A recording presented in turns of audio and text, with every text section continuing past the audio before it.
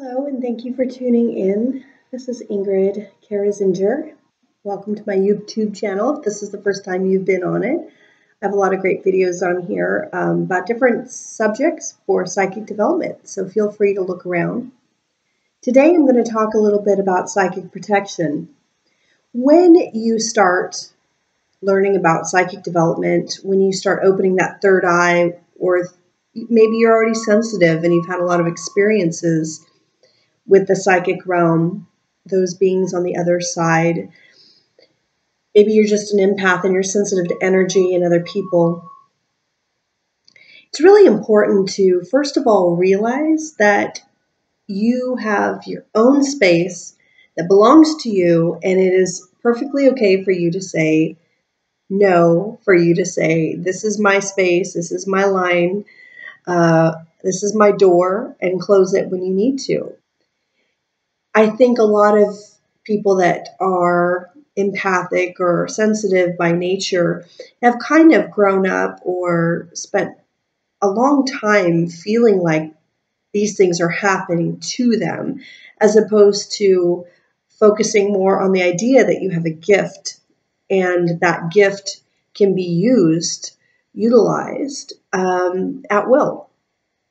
And I really think that's what sets people apart from whether or not you work in the metaphysical field as opposed to being a client. Because I've found that most of my clients are people who are very sensitive. The students that come to me, they already have this great ability. And I do believe everyone has it. But the ability and the sensing that they've had all their lives, they're just starting to realize that it's something they can learn more about, how to hone, how to kind of focus it so that it can be used. Psychic ability is really a tool, something that we can access our connection to our higher self through simple exercises, through guided meditation. There's a lot of ways to access that.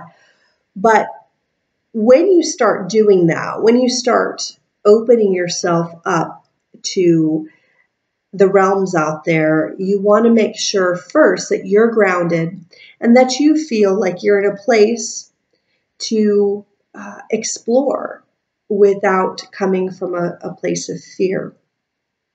So whether or not you've already been on this path for a while, psychic exploration, or you are new to it, here is something simple. The first thing that I suggest is imagine kind of creating a bubble around you, okay? And this bubble is your sacred space.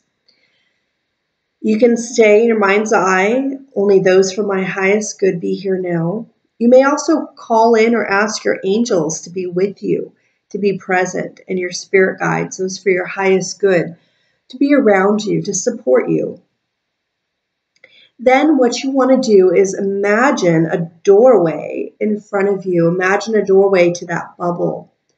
And kind of even imagine, is it ornate? Is it wood? Is it have something particular that stands out to you?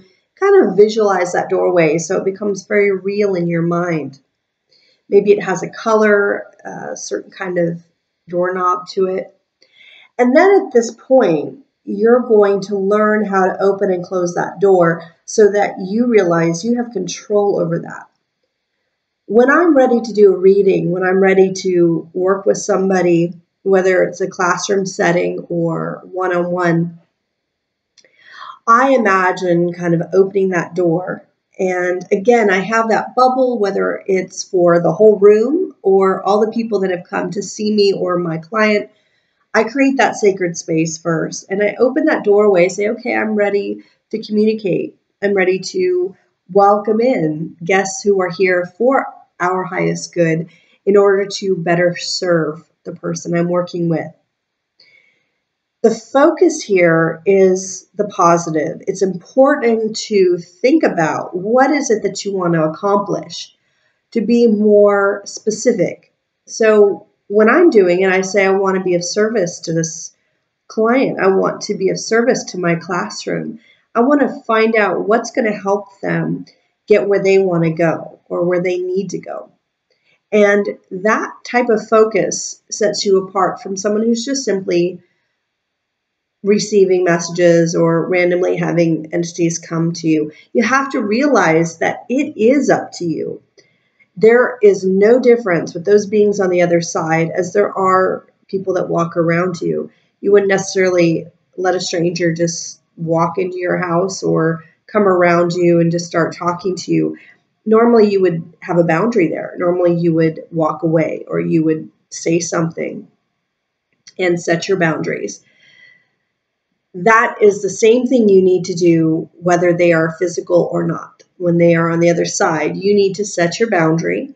You need to make sure that it's something that you do every time. It's something that becomes natural for you. I don't have to continuously ask for that to happen, especially in a reading. I don't have to keep asking for a positive, helpful reading because I have already stated my intent for so long that it's become very natural, and my guides know what I want, and I'm confident about that. So it's really about building up that confidence, about having that connection and communication with your guides so they know what to expect and what you need from them so that they can support you and help you get there.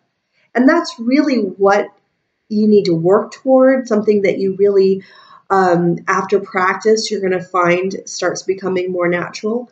And that is just setting boundaries and focusing on what you need to accomplish. And of course, if you do that in your regular life, you're going to find you're very successful in whatever you want to do. It is simply the same thing on an energetic level. And a lot of things start changing for you.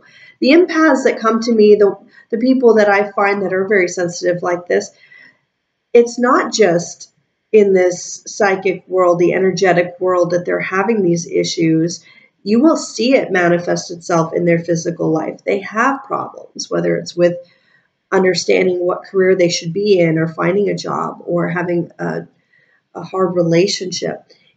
It's because they haven't set those boundaries. It all works together. But I feel like it's important for you to start on an energetic level and realize you're worth it. You're important. You have a gift. And it's just about letting that gift blossom and finding out, who am I in this universe and what am I meant to do? And once you become aligned with that and realize that you have something to give, that is when you can start respecting yourself more and demanding respect from others, whether they're physical or not.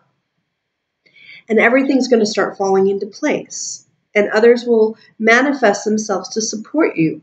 Just like your guides and angels, when you build that communication, they will start helping you manifest all that you need to continue to do the work that you're meant to do here.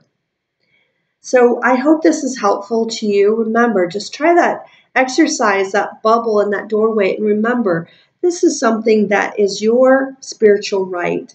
And I want you to take it, and I want you to take it a step further. And I want you to become that powerful being that you're meant to be and make the world a better place just by being you. And of course, everybody benefits from that. Please check out my website, readingsbyingrid.com, if you'd like a one-on-one with me or to learn more about psychic development. You can also go to ingridcarezinger.com, where I have a lot of great articles. And I do suggest, if you are on this wonderful learning path, to buy my book on Amazon, which is The Psychic Way by Ingrid Carezinger on Amazon.com. So go ahead and check that out. It's really full of exercises, tried and true, that I've done for many years with my students, and you will find that it's helpful. Thank you so much for tuning in, and namaste.